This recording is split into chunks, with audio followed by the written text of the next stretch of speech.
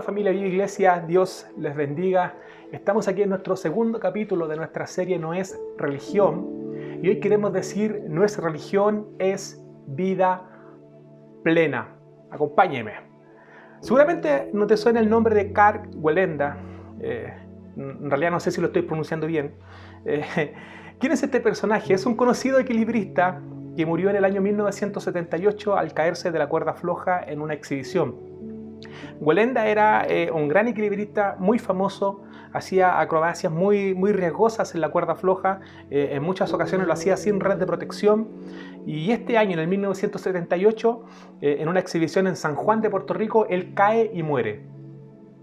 Lo interesante es que en días posteriores a su muerte, su mujer declaró que en los últimos meses su marido pensaba continuamente en una posible caída y que esa era la más peligrosa de las hazañas. Además se dedicaba personalmente a la revisión y a la instalación de los cables por donde cruzaría, algo que antes nunca había hecho ni se había preocupado de hacer. Para su esposa, Karl Wallenda había destinado todas sus energías en no caerse de la cuerda, mucho más que en caminar sobre la cuerda. Dejó de centrar sus esfuerzos en cruzar la cuerda y se enfocó en no caerse. Y entonces se cayó. El miedo a no caerse lo hizo caerse. No disfrutó de su pasión, se concentró en un posible error que lo hizo errar. Su corazón estaba consumido por el miedo y fue el mismo miedo que lo llevó a la muerte. Tristemente, la religión que hoy rodea al mundo evangélico está cargada de historias similares a estas. Personas gobernadas por el miedo, por el temor, por temor a caer, por temor a fallar, por un miedo irracional a la opinión de los demás, al qué dirán los demás, a cumplir expectativas de los demás. Y esto hace que todos sus miedos sean mayor a la increíble vida abundante que Dios nos ofrece. Hoy queremos hablar de esto para poder identificar cuál es nuestra motivación en relación con Dios. ¿Seguimos a Dios por miedo a lo que Él nos puede hacer? ¿O nuestro foco está en amar a Dios y disfrutar de todo lo que Él nos da? Comencemos, ¿cierto? La Biblia y la historia de la religión y el cristianismo están cargadas de episodios en donde aquellos que querían seguir a Cristo debían cumplir con una serie de imposibles requisitos. Puede usted con tiempo buscar información histórica con respecto a esto y le sorprenderá lo que le tocó vivir a los primeros cristianos, cosa que no vamos a hacer ahora por razón de tiempo, pero busque usted información de esto y se va a sorprender con lo que le tocó vivir a los cristianos de tiempos antiguos. Desde el primer siglo, el apóstol Pablo tuvo que advertir que el verdadero evangelio estaba siendo adulterado. En el libro de Gálatas encontramos un pueblo que estaba desviando su atención del evangelio por agregar, ¿cierto?, exigencias que eran propias del tiempo de la ley, y esto lo agregaban para que la gente pudiera acceder a la salvación. Y esto fue algo que el apóstol Pablo reprendió con dureza. Gálatas lo escribe el apóstol Pablo en el año 49 después de Cristo, es decir, 16 años después de que Cristo muere. Es decir, al inicio del cristianismo estaban ocurriendo estos errores. Y el apóstol Pablo escribe en Gálatas capítulo 1, desde el versículo 6, dice así: estoy horrorizado de que ustedes estén apartándose tan pronto de Dios, quien los llamó a sí mismo por medio de la amorosa misericordia de Cristo. Están siguiendo un evangelio diferente que aparenta ser la buena noticia, pero no lo es en lo absoluto. Están siendo engañados por los que a propósito distorsionan la verdad acerca de Cristo. Si alguien, ya sea nosotros o incluso un ángel del cielo, les predica otra buena noticia diferente a la que nosotros les hemos predicado, que le caiga la maldición de Dios. Esto lo escribe Pablo. Resume muy bien lo que trata el libro de Gálatas, ¿ya? Porque algunos estaban enseñando que se debían cumplir exigencias que eran de la ley, y acá el apóstol Pablo les recuerda que no hay otro evangelio, que no hay otro mensaje de salvación. El propósito por el cual Pablo escribe el libro de Gálatas es para poder refutar a los que enseñaban a los creyentes que debían seguir cumpliendo las ordenanzas de la ley para obtener salvación, ¿cierto? Y llama a los cristianos a vivir en libertad. En el primer capítulo de nuestra serie, Camilo nos hablaba la semana pasada de que no es religión, es libertad. Y puede usted ir a revisar esta predicación a nuestro canal de YouTube para poder tener más información con respecto a esto, de esta libertad, ¿ya? Todo esto que el apóstol Pablo escribió pasó en el siglo I. En el siglo II, año 200 al 300 después de Cristo, está la historia de un chico que quería dejar el mundo para poder seguir a Cristo. Y él realizó la siguiente pregunta: ¿qué debo abandonar para seguir a Cristo? Escuche la respuesta que recibió. Para comenzar, necesitas dejar la ropa muy colorida. Libérate de todo lo que haya en tu guardarropa que no sea de color blanco. Deja de dormir en una almohada mollida. Vende tus instrumentos musicales y no comas más pan blanco. Si realmente eres sincero en tu deseo de obedecer a Cristo, no puedes darte duchas tibias, no puedes afeitarte la barba. Afeitarse es ofender a aquel que nos creó e intentar mejorar su obra. Sorprendente, ¿no? Esta es la respuesta que se les daba en las escuelas cristianas más conocidas del siglo II. Hoy, siglo XXI, lamentablemente siguen ocurriendo escenas similares. El mismo error que el apóstol Pablo corrige en el libro de Gálatas, ¿cierto?, se repite con demasiada frecuencia. Hay quienes siguen creyendo y predicando que se debe hacer algo para obtener la salvación y el favor de Dios, que debemos hacer sacrificios, que debemos hablar de una forma, vestirnos de una forma, tener el cabello de algún color o alguna forma, de que no debemos ir a tal sitio, que no debemos ver tal cosa, que no debemos comer tal cosa, y así un listado cada vez más numeroso de reglas. Y todo esto como signo demostrativo y distintivo de una identidad.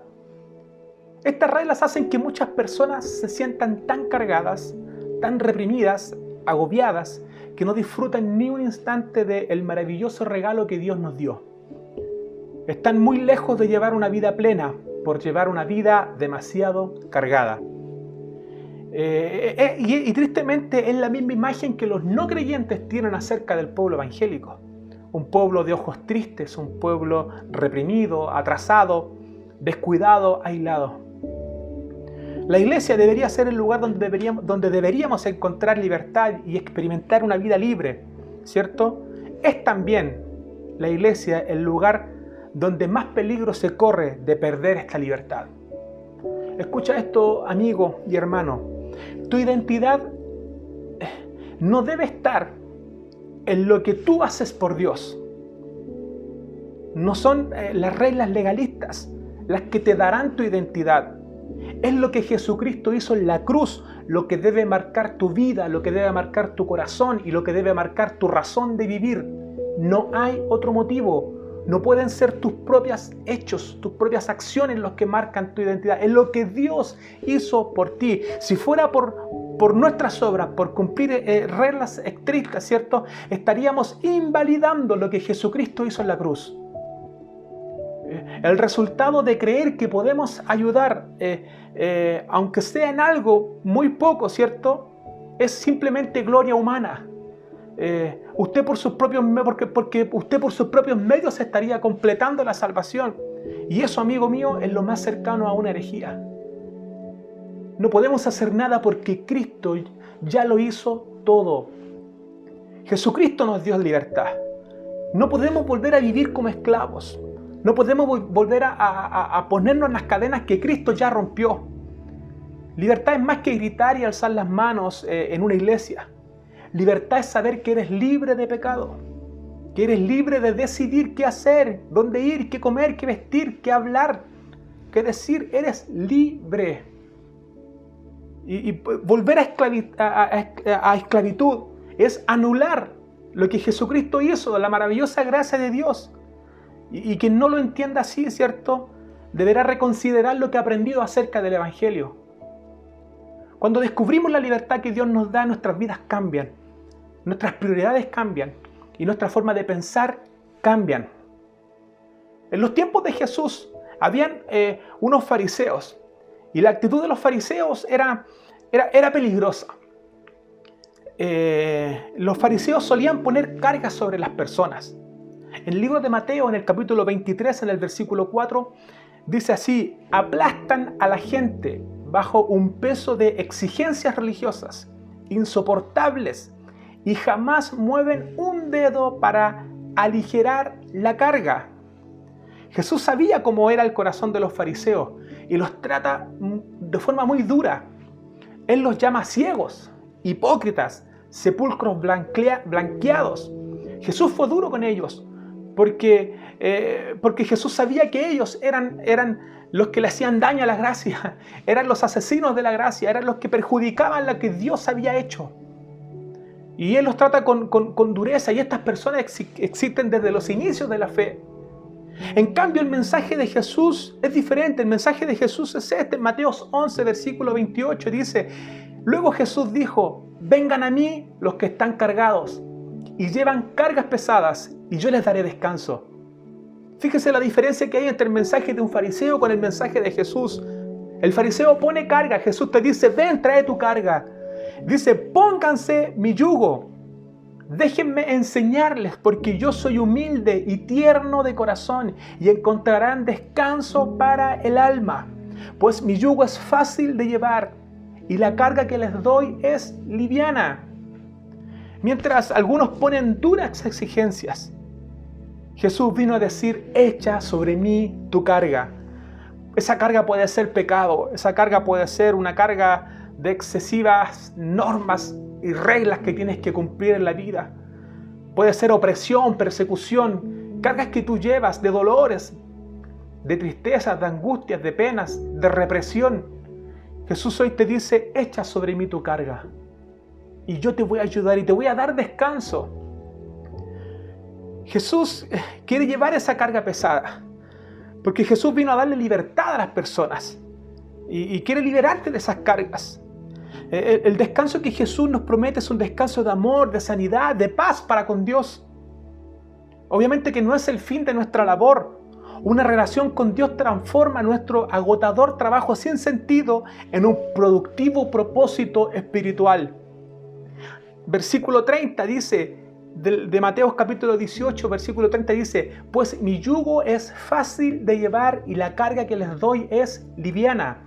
Un yugo es un pesado aparejo de madera donde se ponen dos o más bueyes, un palo donde van dos bueyes, se los colocan. Usted me imagino que ha visto esto en alguna imagen, o si ha ido al sur lo ha podido ver, ¿cierto? Atan, ¿cierto?, a dos bueyes y los bueyes pueden arrastrar lo que usted quiera. Arrastran casas, arrastran madera, un montón de cosas, ¿ya?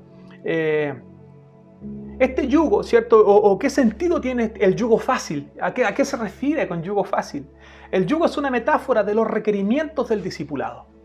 En contraste con el yugo de los líderes religiosos, el yugo de Jesús es más fácil. El de los religiosos es pesado. El de Jesús es más fácil, ¿ya? Pero no es fácil porque es menos exigente, sino que es más fácil porque hay un poder redentor de por medio. Porque hay un espíritu que nos ayuda de por medio. Y eso permite que así sea. Jesús no ofrece una vida fácil, ni tampoco una vida llena de lujos. Porque el yugo sigue siendo yugo. Lo que cambia es que el yugo es compartido. El peso del yugo es compartido. Y el peso recae sobre los hombros de alguien que es más fuerte que usted. Alguien con más fuerza de tiro lo acompaña y lo ayuda. Siempre hay un buey viejo y un buey nuevo, así se le llama en el campo. Entonces Jesús ofrece eso, esa ayuda. Alguien con más fuerza de tiro a usted lo acompaña y lo ayuda. Ahora usted tiene un amigo y un gran compañero en sus responsabilidades diarias, en su quehacer diario. Ya su cara no puede ser de cansancio, de fatiga. ¿Por qué? Porque Él te da descanso, porque su yugo es más fácil. Y Él puede cambiar esa cara de triste en alegría, en un cántico de gozo. Puede cambiar ese lamento en alegría. Jesús nos ofrece una vida plena, ¿ya? Y no precisamente para que hagamos lo que queramos y vivamos una vida loca, ¿cierto? El yugo de Jesús tiene un tipo de enseñanza que nos motiva a vivir una vida llena del Espíritu. El mismo libro de Gálatas, en donde Pablo reprende con dureza a los que imponían cargas, ese mismo libro nos motiva a que tenemos que vivir una vida en el Espíritu, a que tenemos que vivir una vida cerca de Dios. Y voy a leer un par de versículos para que podamos entender esto. En Gálatas capítulo 5, versículo del 16 en adelante, dice: por eso les digo, dejen que el Espíritu Santo los guíe en la vida. Entonces no se dejarán llevar por los impulsos de la naturaleza pecaminosa. La naturaleza pecaminosa desea hacer el mal, que es precisamente lo contrario a lo que quiere el Espíritu. Y el Espíritu nos da deseos que se oponen a los que desea la naturaleza pecaminosa. Estas dos fuerzas luchan constantemente entre sí. Entonces ustedes no son libres para poder llevar a cabo sus buenas intenciones. No son libres para llevar a cabo sus buenas intenciones. Pero cuando el Espíritu los guía, ya no están obligados a cumplir la ley de Moisés. Cuando ustedes siguen los deseos de la naturaleza pecaminosa, los resultados son más que claros. Cuando usted sigue los deseos de su naturaleza pecaminosa, los resultados son más que claros. ¿Cuáles son? Inmoralidad sexual, impureza, pasiones sexuales, idolatría, hechicería, hostilidad, peleas, celos, arrebatos de furia, ambición egoísta, discordia, divisiones, envidias, borracheras, fiestas desenfrenadas y otro tipo de pecados parecidos. Permítanme repetirle lo que les dije antes: quien lleve esa clase de vida no heredará el reino de Dios. Está buenísimo esto, está buenísimo. Y miren lo que dice ahora la Biblia, el versículo 22. En cambio, la clase de frutos que el Espíritu Santo produce en nuestras vidas es amor, alegría, paz, paciencia, gentileza, bondad, fidelidad, humildad, control propio. No existen leyes contra estas cosas. Los que pertenecen a Cristo Jesús. ¿Pertenece usted a Cristo Jesús? Dice: los que pertenecen a Cristo Jesús han clavado en la cruz las pasiones y los deseos de la naturaleza pecaminosa y los han crucificado allí. Ya que vivimos por el Espíritu, sigamos la guía del Espíritu en cada aspecto de nuestras vidas. No nos hagamos vanidosos, ni provoquemos unos a otros, ni tengamos envidia unos de otros. ¿Sabe, amigo? Hay una vida fructífera cuando recibimos por fe el Espíritu Santo de Dios. Cuando dejamos que el Espíritu Santo nos guíe, todas nuestras vidas cambian, nuestras cargas cambian. Parecen pesadas, sí, parece difícil muchas veces poder cumplir esto, ¿cierto? Pero lo que hace Dios es aligerar esa carga, porque esa es la clase de frutos que el Espíritu produce, ¿cierto? Amor, alegría, paz, paciencia. Usted los conoce, usted ha leído estos versículos, pero leyó bien. Dice: los produce el Espíritu Santo. No es usted, no es su fuerza, no es lo que usted produce. No es que usted sea amoroso, no es que usted sea paciente. El Espíritu Santo produce esos frutos en usted. Por eso es que su vida es una vida plena y placentera, porque el Espíritu Santo está constantemente produciendo este tipo de frutos. Si usted se aleja de Dios y quiere vivir una vida en la carne, va a producir frutos como los que nombramos anteriormente. Frutos que lo alejarán de Dios. Pero si usted decide llevar una vida llena del Espíritu, vivirá una vida plena, una vida fructífera. Por muchos años, muchos han sido movidos por el miedo a Dios, por miedo a que Dios los castigue, dándole demasiada importancia a lo que van a decir los demás de lo que estoy haciendo. Y siguen esclavos a una lista de tareas y de exigencias. Viven como el equilibrista que hablamos al inicio. Destinamos todas nuestras energías en no caernos de la cuerda, mucho más que en caminar sobre la cuerda. Centramos todos nuestros esfuerzos en no fallar y nos olvidamos de avanzar. Y este miedo ha dejado mucha gente por el camino, pensando que Dios lo rechazó porque un día falló. Pensando que Dios lo está esperando para castigarlo, para darle su merecido por el error que cometió. Y muchos han creído ese evangelio, muchos han creído esas teorías, muchos han creído esos cuentos. Corazones que no aman o que corazones que aman a Dios simplemente porque tienen miedo a que Dios los castigue. ¿Se imagina que su hijo a usted lo amara por miedo? ¿Que su esposa a usted le tuviera miedo? ¿Que sus hijos a usted lo amen por el miedo que le tienen a usted? Eso sería un desastre de familia. Que el amor sea una imposición, una carga pesada. No. Mire lo que dice el libro de Juan en el capítulo 1. Primera de Juan capítulo 4, perdón. Dice así: y al vivir en Dios, nuestro amor crece hasta hacerse perfecto.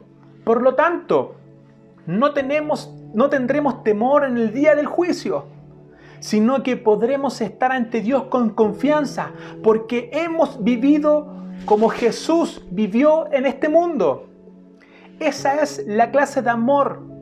En esa clase de amor no hay temor, porque el amor perfecto expulsa todo temor.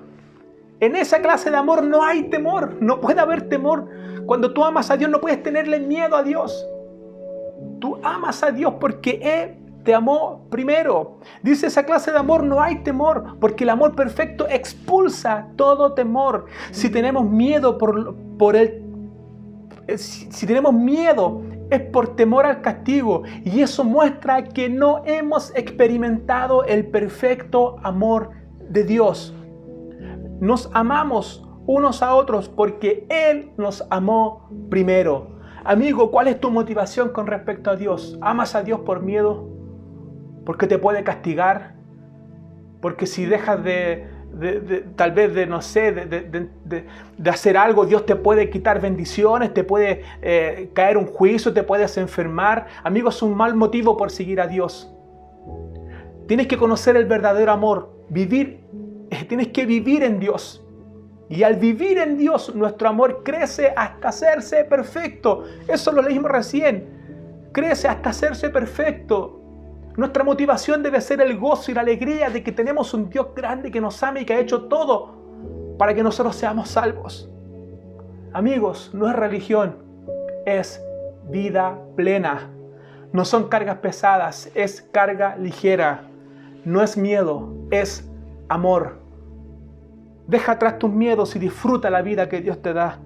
Deja la religiosidad y disfruta la vida plena que podemos obtener en Cristo Jesús.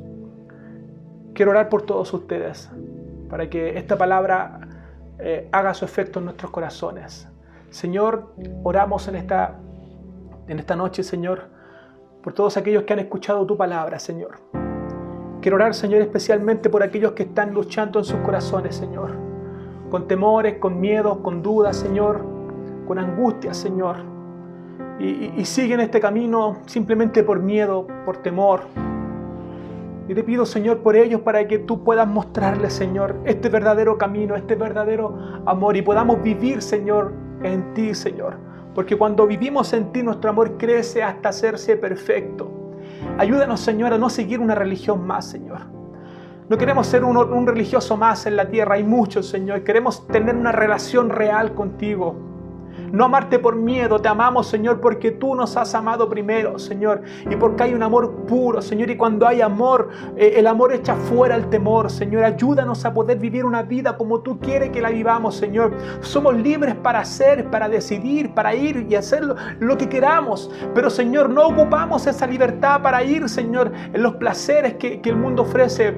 Ocupamos esta libertad, Señor, para vivir una vida en el Espíritu, una vida que donde el Espíritu produce fruto, donde el Espíritu nos vivifica, Señor. Ayúdenos, Señor, y gobierne, Señor, nuestra vida y nuestros corazones. Yo te pido por cada uno, Señor, de aquellos que han escuchado hoy esta palabra, y le pido, Señor, traiga libertad, traiga convicción, Señor, convicción, y que muchos de ellos puedan hoy romper esas cadenas, Señor, que los atan, Dios mío, a la religiosidad, que los atan, Señor, a tal vez a formas, Señor, y a cargas pesadas, Señor.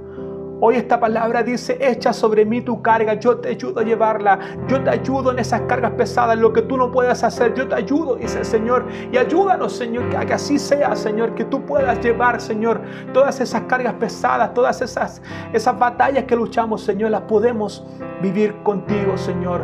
Guarda a tu pueblo, guarda a tus hijos, Señor, y que podamos disfrutar de una vida plena, de una vida que tú nos regalas, Señor. Y gracias por ese amor y por ese sacrificio que tú has hecho por nosotros, porque sin ese sacrificio nada de lo que hoy estamos hablando sería posible. Gracias, Señor, por hacerlo posible, porque eres fiel y eres todopoderoso. Te alabamos, Señor, en el nombre del Señor Jesús. Amén y amén. Me envuelve tu presencia. Solo quiero estar ante tus pies. Me envuelve ese momento santo y no me quiero ir. No, no, no, no. No busco bendiciones.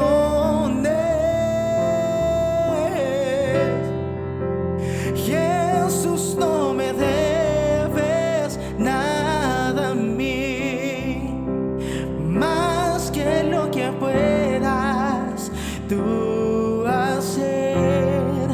Te quiero a ti.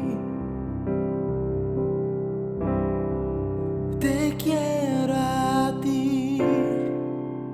Nada más, nada más, nada bastará. Te quiero a ti. Nada más, nada más, nada bastará. Te quiero a ti. Nada más, nada más,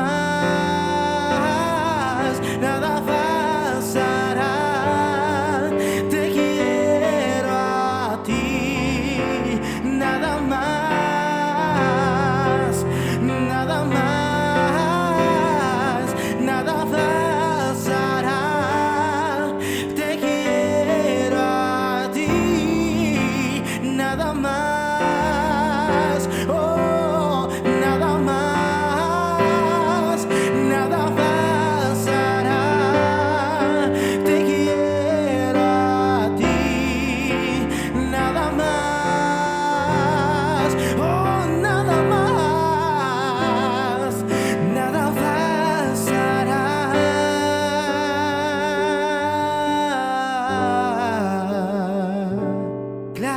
Clamé, me oíste,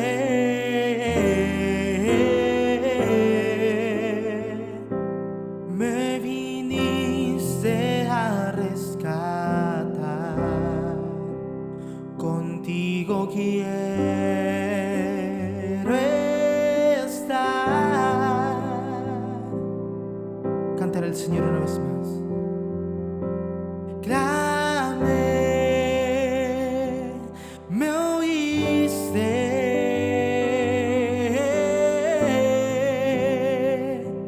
me viniste a rescatar.